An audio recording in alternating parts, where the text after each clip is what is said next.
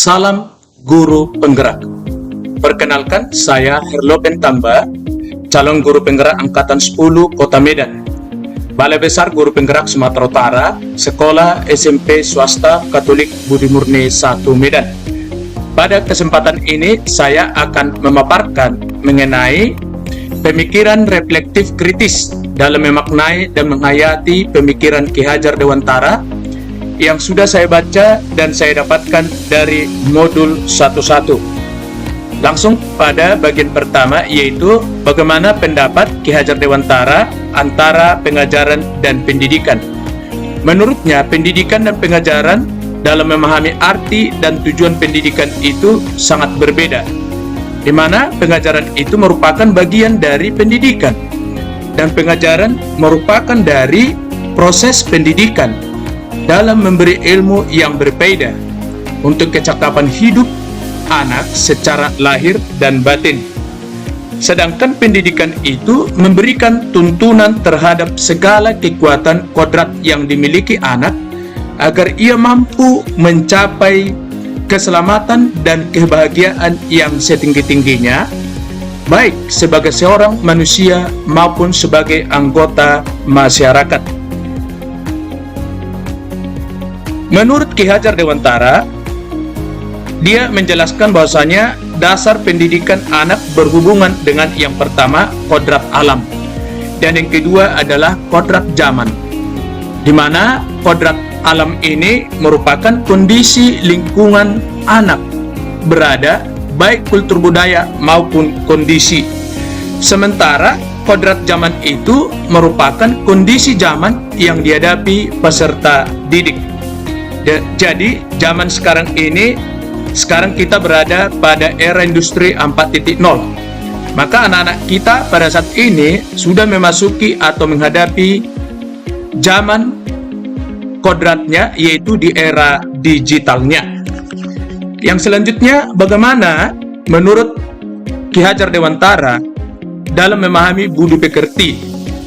Jadi menurutnya di sini budi pekerti merupakan kemampuan kodrat manusia yang berkaitan dengan bagian biologis dan berperan menentukan karakter seseorang, baik biologis yang berhubungan dengan rasa seperti rasa takut, cemas, gelisah, putus asa, tidak percaya diri, senang, bahagia, kecewa, sedih, dan lain sebagainya. Jadi menurut Ki Hajar Dewantara juga menjelaskan bahwasanya keluarga merupakan tempat utama dan yang paling baik dalam memahami dan melatih karakter anak atau murid. Jadi di sini keluarga sebagai tempat proses menyempurna atau sebagai laboratorium awal untuk melatih kecerdasan budi pekerti anak agar siap menjalani hidup di dalam masyarakat. Jadi menurut Ki Hajar Dewantara, watak atau budi pekerti itu merupakan kodrat setiap manusia, sehingga kita sebagai pendidik perlu memahami kodrat itu dan dapat mendampingi tumbuhnya kecakapan budi pekerti murid dalam kegiatan pembelajaran yang dialaminya. Sebagai contoh, ketika kita di kelas menemukan murid yang sangat pemalu untuk mengungkapkan pendapatnya, apakah kita dapat membantunya memunculkan kesadaran akan pentingnya menjadi pemberani untuk mengungkap pendapatnya di kelas?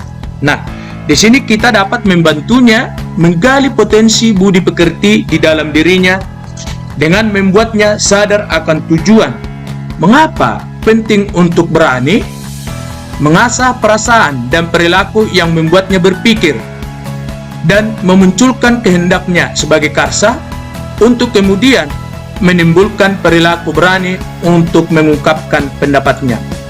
Jadi, kita di sini sebagai pendidik harus mampu memahami kodrat murid sebagai individu yang sadar, mampu memikirkan, memahami, merasakan, berempati, berkehendak, dan bertindak semestinya dapat kita tanamkan dalam benak kita sebagai pendidik, agar murid mampu merefleksi, mendapatkan pemahaman bermakna untuk mengenal dirinya, maka murid akan menjadi manusia atau individu yang merdeka, berakal budi, yang menentukan keberadaan dan jati dirinya. Bapak Ibu, demikianlah pemaparan refleksi pada modul yang pertama ini. Akhir kata, Guru Bergerak, Indonesia Maju, salam guru penggerak.